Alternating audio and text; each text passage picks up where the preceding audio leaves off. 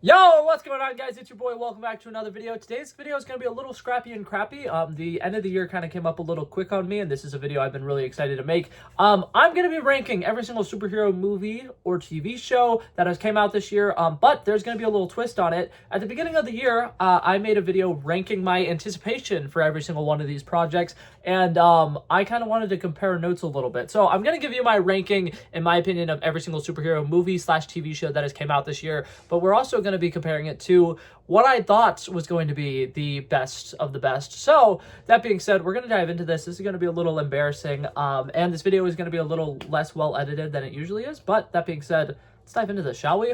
Alrighty, I wanted to give a quick disclaimer. They did not have What If on the slate at the beginning of the year, so I'm going to be ranking 13 things. My original list only had 12 items on it. So, that being said, the dead last spot for me was Madam Web, and it's in 13th place, and there was not a 13th place on my notes that we're comparing this with. So, that being said, let's dive straight into the next one. And in 12th place, we have Venom: The Last Dance. This one compares to what I thought was going to be the worst movie this year out of all of these, which is also Venom: The Last Dance. I had very little faith in these movies doing any well. I personally believe that Venom Let There Be Carnage is one of the worst superhero movies that has came out pretty much ever. And I think that this entire franchise has just been a giant sinking ship the entire time. So I thought that it was going to be the worst movie that came out this year. Madam Web managed to do worse somehow. Impressive. But now coming in 11th place, we have Kraven the Hunter. In 11th place on my pre-ranking, this is where I put Madam Web. I expected Madam Web to be a little bit better than Venom, because at this point we had the trailers and everything for it, so we could see that there were going to be spider people in it. And I believe, like, I was very well aware of the fact that, like, the 3 Spider Women weren't actually going to be Spider-Manning, but I was like, Ezekiel Sims as the villain means we might get some pretty cool, like, swinging through New York action. And I'm one of the people who's, like, so mad at the MCU Spider-Man for never swinging through New York. I feel like in the 3 movies that he's been in New York, we've only really seen him swinging around maybe like twice, and that is very depressing to me. So I was like, at least we're gonna get that in Madam Web. It was not worth it. It was not great. It was not good. And coming in 10th place, we have the show Echo. This show was relatively disappointing, just in the fact that, like, I was expecting it to be more like setting up the Defenders. I was expecting it to be like a street level cool action movie. I was expecting the action to be really cool because her fight sequences in Hawkeye were pretty interesting. I was expecting Kingpin to be an incredible villain because they kind of made a joke out of him in the first show that we saw him in, which was Hawkeye, and he did not do that much in this movie. I think that the trailers and everything for Echo seemed like it was going to be really good. I think that the sound design and everything was interesting. It seemed like they were going to kind of play around with, like, us potentially being deaf in some sequences because the main character was deaf, and it feels like they were really scared to take some of those risks. I feel like the show could have been significantly better, but they kind of made it into a Vincent D'Onofrio's Kingpin type show after the 3rd episode, and I really hated that. They kind of took away all of the style and all of the joy that made this show unique, and I think Alagwa Cox is a lot more talented than Marvel gave her credit for. But for the original notes, this is where I had Kraven the Hunter. I had the 3 Spunksy movies that we knew were coming out were going to be on the bottom of my list. So I pretty much got that right. And in 9th place, we have the movie Joker: Folie à Deux. I enjoyed this more than the average viewer, but I cannot in good conscience put it any higher up on this list. My number 9th, when I pre-ranked them, was Creature Commandos. I knew very little about it, except for the fact that it was going to be an animated show, and it seemed like it was just going to be James Gunn doing another, like, Suicide Squad type thing. So I feel like both of those rankings were decent. I think that they both made a decent bit of sense. Alrighty, and then coming in 8th place is where I would put What If. 8th place in my pre-ranking is where I put The Penguin Show. My thought process was, okay, this is just a random show about a villain who we don't really know that much about. We don't necessarily like that much. I did say that I was very cautiously optimistic about it because I think that Colin Farrell is an incredible actor, and I think that he was the best part of the original Batman movie. But that being said, I thought that a show about a villain wasn't going to be very interesting, and I feel like it was just kind of going to be almost like a cash grab of sorts. So I had that one very low on my list, and I feel very foolish about that. But to talk about What If Season 3, I think that there were a lot of episodes in here that individually worked. I think that the finale did not stick the landing at all. I think that the last 3 episodes kind of being like this big finale between, you know, all these characters was very underwhelming. But that being said, I actually really enjoyed the episode with Howard the Duck and Darcy Lewis. I feel like there was a lot of fun to be had there. I think that they brought back so many iconic characters that it's like, it's so hard to not enjoy this movie. I mean, this show, when they're bringing in characters that it would be really interesting to see what they would be doing and what they'd be up to in this alternate universe. And it's just a whole lot of fun. I think that the Shang-Chi episode with him and Kate Bishop in the Wild Wild West was really cool. I think that the Red Guardian and Winter Soldier episode was fantastic. Agatha going to Hollywood was something I also kind of like looked at and was like, really? And then it came out and I was like, this works. I really enjoyed it. I think that some of the best What If episodes were the ones where they're like, hey, this person's been around for 1,000 years. Hey, this person's been around for 1,000 years. What if they ran into each other? And I liked that. I thought that that was good. I just think that the way that the show ended, I couldn't put it any higher on this ranking. But now 7th place is where I decided to rank Creature Commandos. This show is still coming out, I believe, and I've only seen the first 2 episodes, if I'm being totally honest. But I was pretty spot on with my thought process of, okay, this is going to be like a James Gunn Suicide Squad-esque thing. And I'm loving the comedy in it. I'm loving all of the characters. I'm loving all their connections with each other. I think that the action sequences have been phenomenal. And so far, I'm actually really, really enjoying this show a little bit more than I was expecting. I think James Gunn just really has this incredible flair and style that works well. And I knew this was going to be one of his first animated projects, so I wasn't sure how on board he was with it and how much he specifically had to do with the creation of it. But you can feel James Gunn's like input in here, and I really enjoy it. I think it's really good. And then on 7th place on my pre-ranking, I put Transformers 1. Yeah, spoiler alert, I included Transformers in these rankings. I don't know. I guess it's potentially a superhero movie. I was very confused. I was like, did I like do like comic book movies and were there like Transformers comic books? Because I wouldn't be surprised if there was. I don't know, but I included it in the first ranking, so we're including it here, I guess. And speaking of including it, coming in 6th place, I actually have Transformers 1 ranked right here. I think that the animation style is very fun. I think that all the voice actors do an incredible job. Brian Tyree Henry, absolutely incredible, phenomenal. I think that his performance as the man, the myth, the Megatron. I kind of blanked on his name a second there. You see how I recovered though? Pretty smooth, pretty smooth. And then I bragged about it. And I took away all of that smoothness and all that credibility that I had. But that being said, Brian Tyree Henry absolutely nailed it in his performance as Megatron. I think that his voice acting is phenomenal here. He has a monologue where he talks about how like rough the oppression that they've been suffering was and how it's not something that they're going to gloss over. It's something that we want to kind of get back at these people who have treated us like shit for years. And he goes very hard, very deep, and it's a really powerful monologue for a movie that is like kind of like branded as like, hey kids, go watch the Transformers movie. It was very, very deep, and I loved it. I think that the overall messaging of this movie was fantastic. I think that the whole like you need to stand up for yourself and you need to be willing to fight for what you believe in is really cool. And then I think that this is an incredible introduction to Optimus Prime. I think he's one of the most noble characters in all of fiction, and they do an incredible job setting him up here. I really loved it. And then for 6th place on my pre-ranking, this is where I had X-Men 97. I'm not the biggest X-Men fan, like when it came to like the comics and stuff like that. I always thought that there was way too much going on, and I wasn't that into it. I think that a lot of the X-Men comics were a little bit like more like frisky and inappropriate because the X-Men kind of are like, in a sense, almost a telenovela sometimes. And because I was a young boy, I just cared about like big muscle dudes fighting other big muscle dudes. I didn't really read much of their comics, so I didn't have high expectations for it because I didn't really know what was going on with it. And then it came out, and holy shit, I don't think I've ever been that into an animated show before, but we'll get into that when it shows up on my rankings. In 5th place, this is where I put The Boys Season 4. I think this is the weakest season of this show. I still really enjoyed it. I think that everything that they did with Homelander is really interesting. I really like the way that they almost are humanizing him. Like, obviously, they're not humanizing him by the end of the show. Everything that he's doing is terrible. But, like, the episode where he goes down to the basement or whatever, and he's working with all these people who tortured him for years, and he's just kind of finally getting his revenge is so satisfying. Like, I think that it is incredibly unhinged. It's so violent. It's so interesting.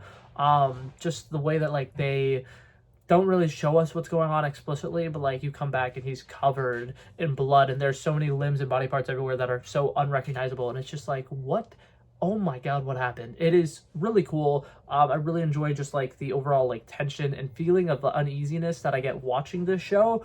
And I definitely think that for the most part, The Boys is still good. I just think that because there was a little dip in quality, this season wasn't as high quality as some of the others. I couldn't put it much higher on this list, but I still really enjoyed it. And then in fifth place on my pre-rankings, that's actually where I put Echo. I don't want to talk about it. The trailer looked really good to me. I thought that the trailer looked really, really good. And I was expecting it to be one of the first really gritty MCU projects we had. The first trailer that they released was Kingpin, like, smashing a guy's head in and him getting blood all over his knuckles. So I was like, oh my god, we're going to get some of that TV mature, almost like rated R level fighting, like, violence. And I was really excited about it. And then we got almost none of it in the show. It was incredibly disappointing. In fourth place, this might be a hot take not having it higher, but I got Deadpool and Wolverine. I think I've said this a couple of times. I don't think this is the best Deadpool movie. I don't think it's by any means one of the best X-Men movies. I think that the Wolverine in this film is very good. I think that Hugh Jackman is absolutely incredible. And getting to see the action sequences where he's like crawling on all fours and he's very animalistic is interesting. But that being said, this is a movie that's not going to age well. It's the end of the year. This movie came out in July. I already would say that this movie did not age very well. You rewatch the movie, there's a lot of moments and jokes and stuff in it that, like, they worked really well in the theater, and I think that this is very much a movie theater movie. Like, I feel like this is the kind of movie where, like, if you didn't see it in theaters, probably don't even bother watching it at all. There's a lot of sequences that are like for the audience. They're really playing into the crowd, and I think that that's fun. I think that it creates a great atmosphere whenever you're in the movie theater. But then when you're rewatching it at home, it's kind of like, oh, that was kind of weird. Oh, I don't like the way that they like set up this specific moment. And it's, in my opinion, they don't do as much with the characters as I would have liked them to. It doesn't feel as much like a proper Fox send-off as a lot of people are hyping it up to be. And the cameos, which a lot of people are like, these are some of the best cameos ever. Oh my god, they did an incredible job.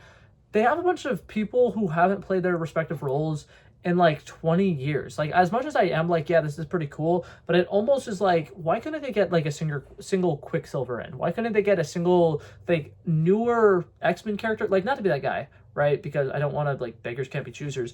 I feel like this movie would have been 10 times better for me if they had gotten a single cameo from somebody who is in the First Class era of X-Men. Like, if Darwin showed up in this movie, I think I probably would be praising it to the heavens. I'd probably be saying this is the greatest superhero movie of all time. But instead, they're really beating us over the head with the nostalgia thing with, like, okay, this super duper old actor who played this character super duper long time ago, he's back. Oh, this actress who played this character, she's back. And she's making a joke about her ex, husband and stuff like that. And it's like, the comedy in it is good. I can't get on board that much with this movie. I don't enjoy it that much. I do think that Daphne Keene's return was fantastic. At first, I was kind of like, man, I wish they gave her the X-23 suit. But then she said the line of dialogue about how because of Logan, she got to live a regular life. And I was like, yeah, her wearing a regular outfit here is perfect. But yeah, overall, I don't think it's necessarily a bad movie. I just don't think it's as entertaining or as huge in scale as I was personally expecting it to be, and I definitely don't think it is better than the next three things on this list. Coming in fourth place on my pre-ranking, this is where I had Agatha. I was mostly excited about the show because I was expecting it to bring back a sense of community that I haven't felt watching a Marvel project in a while. I think that during WandaVision, it was one of the best times to be a Marvel fan because from week to week, we were constantly like talking about like, oh my god, this thing that happened. Oh my god, what does this mean? Oh my god, what's going to happen when this character does this thing? Oh my god, is this character going to show up? Is this thing going to happen? And we had so many cool, fun fan theories and stuff like that. And it was the first time that Marvel had a TV show and we'd been able to interact with each other in between episodes and really like have those cool interactive conversations about how is this going to finish and how is this going to end, because you can't do that with a movie. So I was really excited about Agatha all along, and I feel like that was a pretty good spot to put it. Especially because in my third spot, that's actually where I have Agatha. I think Agatha all along was a pretty good show. I think that everything that they did with Teen in this show was absolutely fantastic. I think that Joe Locke being casted as Billy Kaplan, aka Wiccan, was perfect casting. I think that he's going to do phenomenal. I think that his suit design is phenomenal, like straight up ripped from the comics, and he looks great. I think Aubrey Plaza playing Death was a really great touch. I really like the fact that they had that, and the entire like flow of this show is really good. I think this is one of the most episodic shows that Marvel has done so far, and it's really showing to me that they had a clear vision for this show. And that's kind of what I was telling people before the show came out. They wouldn't just do a spin-off show of a random character like Agatha Harkness unless they had a specific story they wanted to tell, and it was very obvious they had a specific story they wanted to tell. And I really liked it. I liked some of the like trippy elements of it. I like the fact that there was a mystery to unpack at the end of the show. There were some big reveals, and I really enjoyed it. I think that it was great. But the number 3 on my pre-ranking, that's actually where I had The Boys Season 4. I was expecting it to be a little bit better than it was. I still really enjoyed it. I feel like there's a couple of aspects of it that they could have went a little bit further. I was expecting them to really, really hone in on the Homelander versus Starlight thing, and when they kind of like... Homelander's trial was over almost immediately, and I was just like, okay, well, I was kind of hoping that would be a little more drawn out, but... That being said, I still really like the show, and I think that the next season, the final season, is going to be incredible. And now the runner-up, in my opinion, is the Penguin TV show. Once again, I have not finished watching this one. I've only gone through episode 5, and oh my god, it is incredible. It is intense. It is gritty. All of the acting performances from literally every single person has been phenomenal. I think that Colin Farrell 100% deserves an Emmy for this. I think that... obviously, I don't watch a whole lot of TV shows. My thing is typically movies. But I also think that Christine... is that right? Kristen Milotti? I'm going to put her name up on the screen. She is absolutely phenomenal in this. She does an incredible job as Sophia Falcone. And I absolutely cannot get over how great this show is. I think that it is doing an incredible job of building out this world in a way that I wasn't expecting it to do. I think that, once again, this Gotham, like this specific version of Gotham, is probably my favorite out of any fictional Gotham we've ever gotten. And I really like the fact that they're just like able to create such a diverse story here and actually get us so like linked into these characters, having us caring so much about somebody who's like Oswald Cobblepot or whatever. Like it's interesting. It's really cool, and I really like what they've done with the show so far. Really, really good. Enjoy the depth of this show. But in second place for my pre-ranking, this is where I had Joker Folie à Deux. I really expected the sequel to be better. A musical really got me excited. I'm insanely into musicals, and I think that a superhero musical would be incredible. And I still to this day am saying, when they make a Spider-Punk movie, make it a musical. Please, for the love of God, make it a musical. It's going to be so good. But now coming in first place, we have X-Men 97. I think that this show is just absolutely phenomenal. I think from start to finish, they did everything just absolutely perfectly in it. I think that they do a great job showcasing why animation is such an important medium. There's so much things that you can do in animation that you can't do anywhere else. I think that the Remember It episode is phenomenal from start to finish. I love the fact that they really played into the nostalgia of it being like a 90s cartoon with some of the things like the half episode where it's like half of it is Jubilee just kind of messing around with the, you know, Motendo, and then the other episode, which is half of the Life Death Part 1. And I think that they just did an incredible job of squeezing in so many different stories and so many major things that happen in the comics without it feeling forced and without it feeling like they are rushing the story. I think that they really did a good job of fleshing out the characters. Each character had a good moment to shine, and I really loved everything that they did with just the world building, the setting in general. I've never been a huge fan of the X-Men. This made me a huge fan of the X-Men, and I am insanely excited for the discourse that's going to be happening with season 2. I'm very excited about when they finally bring X-Men into the live action, seeing how they incorporate the fact that like Cyclops is actually a leader, but he's also kind of a dick, and some of the stuff like that. Very excited about it. I cannot get over how good this season of this show was. I was not expecting it at all. It was very low on my expectation chart, and it ended up being all the way to the top of my ranking because I think that part of it is the expectation. Like, since my expectations were so low and they blew the roof with that, I liked it a little bit more, but I've never been the kind of person who could get really into animation when the characters are like human. And this one really clicked with me, and I really enjoyed it. And then my first place for my pre-ranking was Deadpool and Wolverine. Like I said, I thought that it was going to go a little bit further. I was expecting there to be some kind of cool reveals and characters who you potentially weren't expecting to see. I was kind of expecting it to almost be like an X-Men movie by the end of the movie. I was really hoping that they were going to bring in, you know, both of the Professor X's, both of the Magnetos, and have it be like a really epic send-off to the Fox X-Men universe. And then when it wasn't, I was just kind of like left with a bad taste in my mouth. I still really enjoyed the movie. I just thought that it could have been so much more.